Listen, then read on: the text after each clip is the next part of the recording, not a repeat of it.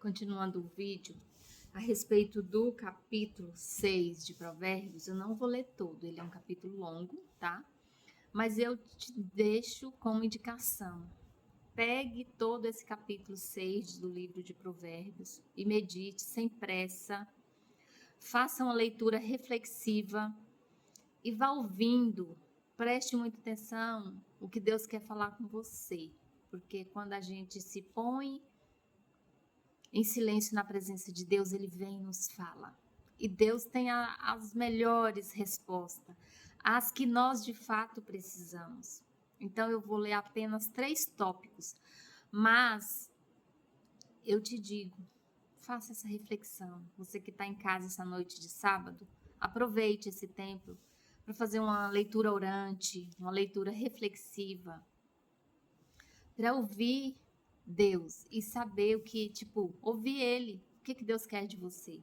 Porque Deus tem todo momento tentado gritar aos nossos ouvidos, mas a gente não o escuta, porque nós vivemos em plena turbulência, muito barulho, muito corre-corre. Então a gente não tem tempo, é trabalho, escola, estudo, e depois a gente vai para a diversão e vai deixando Deus no último plano. Nós temos 24 horas no dia. Quantas horas nós temos por semana? Deus tem nos dado. E aí, quantos minutos você tem se dedicado para estar na presença de Deus? Porque Ele precisa. Quer dizer, você precisa dele. Ele não precisa de nós, mas nós precisamos dele. Porque é Deus que alimenta a nossa alma, é Deus que alimenta o nosso espírito. E a gente precisa querer.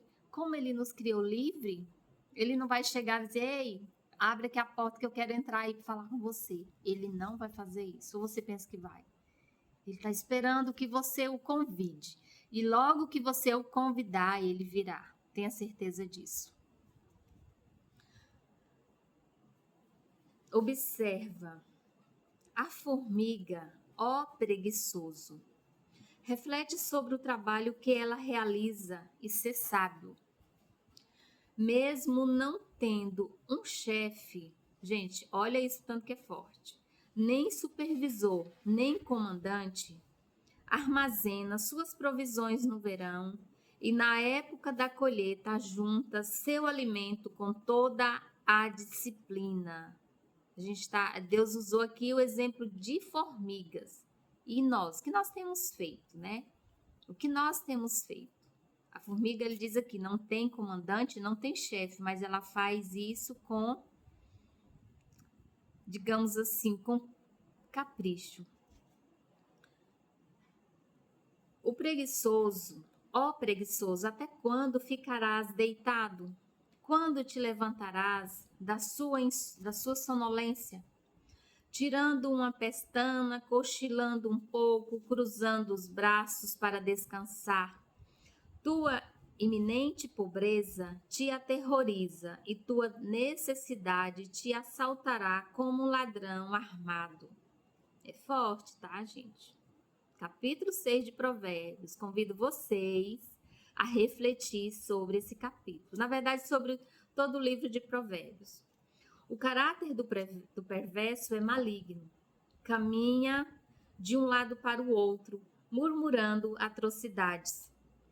Comunica-se sorrateiramente com os olhos, arrasta os pés e faz sinais com os dedos.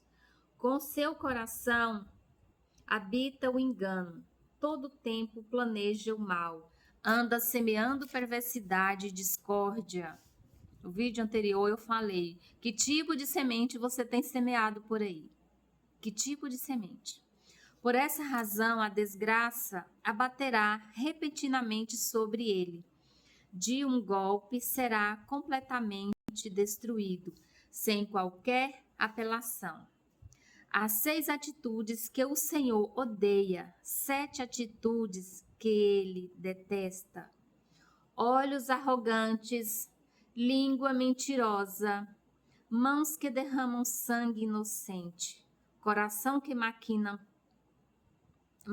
planos perversos, pés que se apressam para fazer o mal, a testemunha falsa que espalha difamações e aquele que provoca contendas entre irmãos. É bem sério, né, gente? Então, por isso que eu disse, aqui está o que nós precisamos seguir. É o norte, o nosso radar, o nosso norte é a palavra de Deus. E por que a gente erra tanto? Porque a gente não tem intimidade com a palavra de Deus. Quando a gente vê, quando se ouve alguém falar, tem muitas pessoas, né, incentivando você ter esse contato com a palavra de Deus. Aí você vai dizer, é padre, é freira, é pastor, é não sei o quê. Agora até essa aí também. Eu vou falar uma coisa para você, não importa, a sua opinião a meu respeito não importa. Tá? Então, eu estou fazendo isso que está no meu coração. E você também faça. Se você, né, achar ruim e tal, veja que Deus fala com você, que Ele também vai te convidar. Porque essa é a nossa obrigação de filho de Deus. Ir pelo mundo e pregar o evangelho a toda criatura. Então, essa é a nossa obrigação de cristãos. Anunciar o bem, propagar o bem, ensinar as pessoas que precisam. Os que não precisam não tem problema. Deus deixou ali as 99 ovelhas sãs e foi atrás de uma quebrada. Não é assim? Então é isso. E a palavra de Deus é para quem precisa. Para os que não precisam não tem importância. Vamos aqui para o último tópico. Mas não é o final do capítulo, né? Como eu falei, eu vou deixar como indicação o capítulo inteiro para você refletir. Filho meu, obedece à orientação de teu pai e não abandones o ensino de tua mãe. Ata-os para sempre ao teu coração. Devolve-os, envolve-os junto ao teu pescoço. Quando caminhares, eles te guiarão.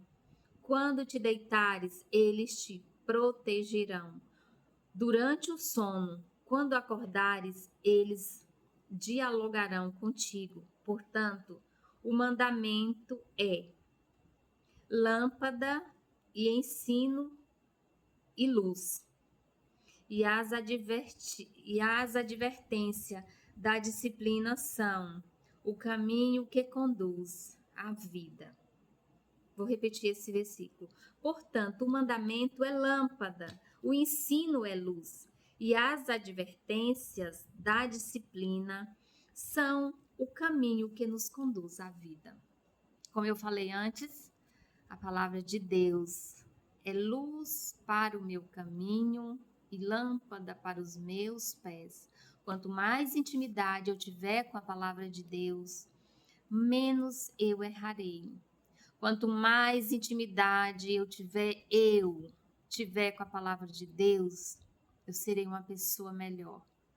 Uma boa mãe, uma boa esposa, uma boa companheira, uma boa irmã na comunidade, uma boa serva, mas eu preciso do alimento que está aqui na palavra de Deus, porque Deus nos alimenta pela sua palavra, mas para isso eu tenho que querer conhecer, querer sentir o desejo de ter intimidade com a palavra de Deus. E você vai sentir? Não, a gente não consegue amar aquilo que a gente não conhece, ou consegue? Não é? Agora, quando nós começamos a conhecer, nós começamos a desenvolver um gostar por alguém e, consequentemente, o amor, o carinho, entre outros. Então, não se ama aquilo que não se conhece. O que eu te digo hoje, como indicação, caso você queira, comece a ter intimidade com a palavra de Deus, porque ela será lâmpada para os seus pés e luz para o seu caminho. Que Deus abençoe o seu coração, a situação que você está vivendo hoje. Se você está passando por dificuldades, por provações, se você precisa de uma resposta, entre na intimidade com o teu Deus. Entre na intimidade. Qual é a intimidade? Qual é o secreto? O seu coração. Deus fala no seu coração.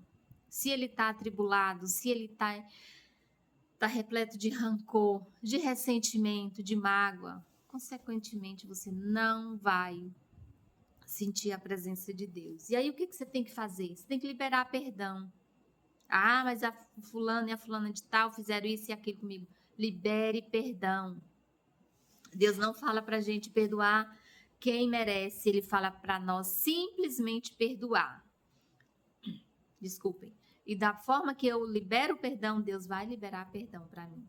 Se eu reter perdão, eu não vou receber esse perdão. Na palavra de Deus é que diz. Então, Deus conhece o seu coração, Deus conhece as suas necessidades. Coloque-se na presença dele. Clame o Espírito Santo para vir te guiar.